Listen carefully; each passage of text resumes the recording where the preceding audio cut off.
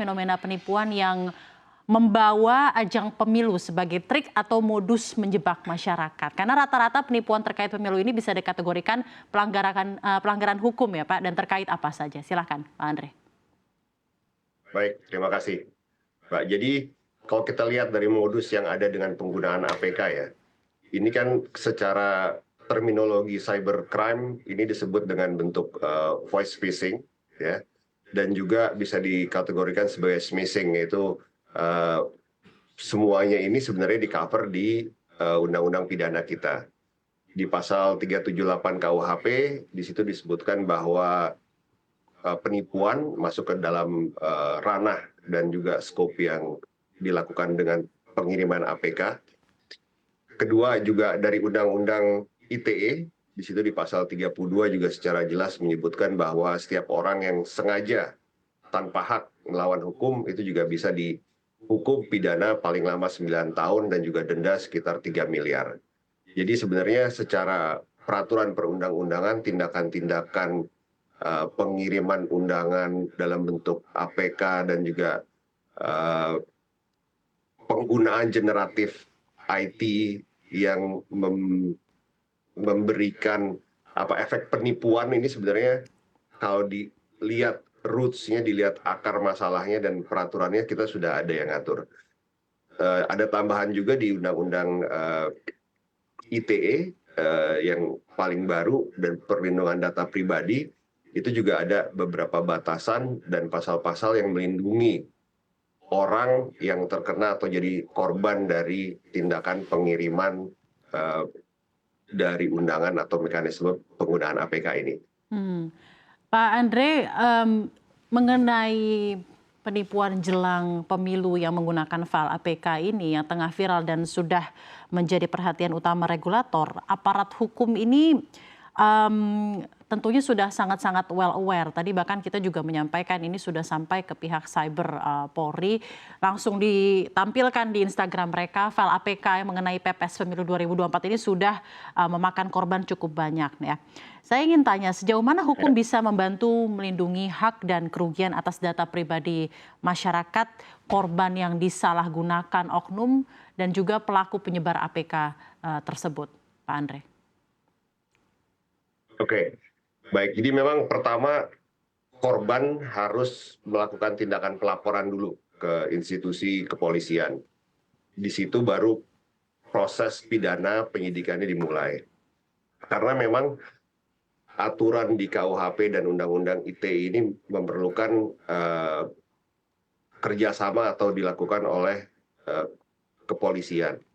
Kedua, kita juga bisa setelah pidananya terbukti, kita tahu orangnya, ini bisa masuk ke tahapan kedua, yaitu di mana kalau misalnya ada kerugian finansial, korban misalnya akunnya hilang atau ada data pribadi yang dibocorkan dan masuk ke ranah di mana dia kehilangan data atau monetary loss, di sini bisa dilakukan gugatan perdata. Jadi tahapannya harus dilakukan laporan pidana dulu agar semua prosesnya dimulai. Berikutnya tergantung kalau misalnya ternyata pelakunya bisa digugat secara perdata, ini bisa diajukan juga. Atau pihak-pihak terkait dengan yang memungkinkan bocornya data pribadi. Misalnya ini dilakukan lewat institusi, misalnya perbankan, atau misalnya lewat satu perusahaan korporasi gitu ya. Ini juga bisa dimintakan ganti rugi, dan itu dalam bentuk gugatan perdata terpisah dari pidananya kalau sudah terbukti. Jadi memang akan perlu waktu. Jadi pencegahan, edukasi ini jauh lebih penting.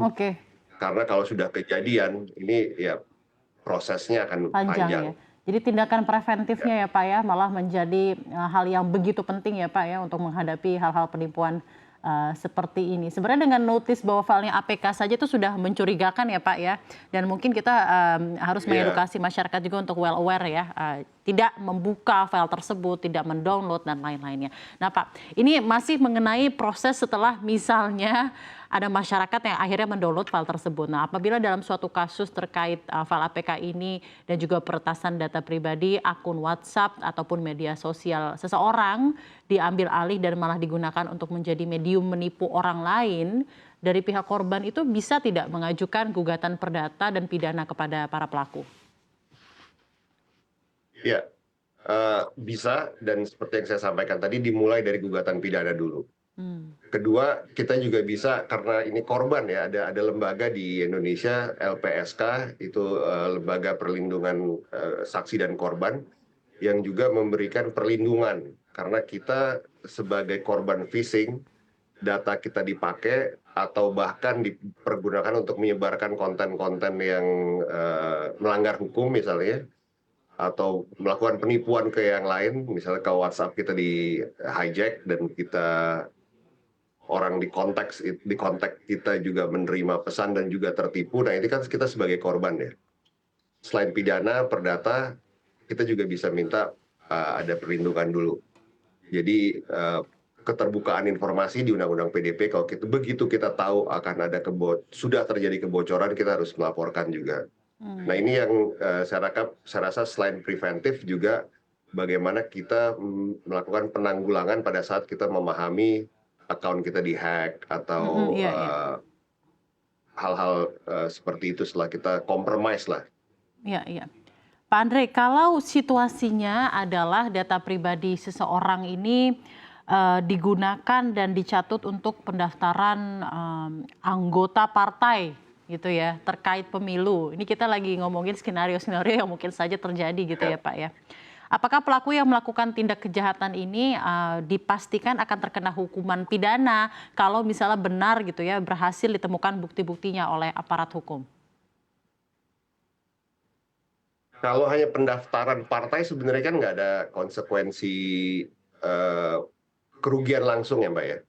Tapi kalau dia karena dianggap mendaftar partai dia mengalami kerugian, misalnya dia harus diberhentikan dari perusahaan padahal dia nggak pernah daftar sendiri, atau dia kehilangan posisi independensinya dianggap, itu baru dari situ kita bisa melakukan gugatan. Jadi harus ada Karena outcome dari kalau kerugiannya gitu ya Pak. Tapi kan maksudnya dengan adanya pendaftaran partai itu saja sudah ada penyalahgunaan dari nama seseorang. Bagaimana sebenarnya Pak hukum oh ya, memandangnya? ya itu diatur di Undang-Undang PDP ya, di pasal 65 disebutkan bahwa orang yang mengumpulkan atau memperoleh dan mengumpulkan data pribadi yang bukan miliknya untuk hal yang melawan hukum dan mengakibatkan kerugian subjek data pribadi.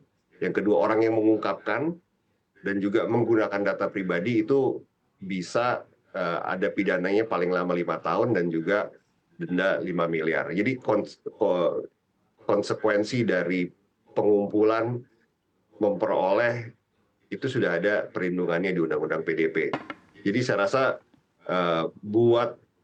bukan hanya pidananya, tapi juga untuk spesifik data pribadi sudah ada perlindungannya, dan ini juga ada konsekuensi pidananya.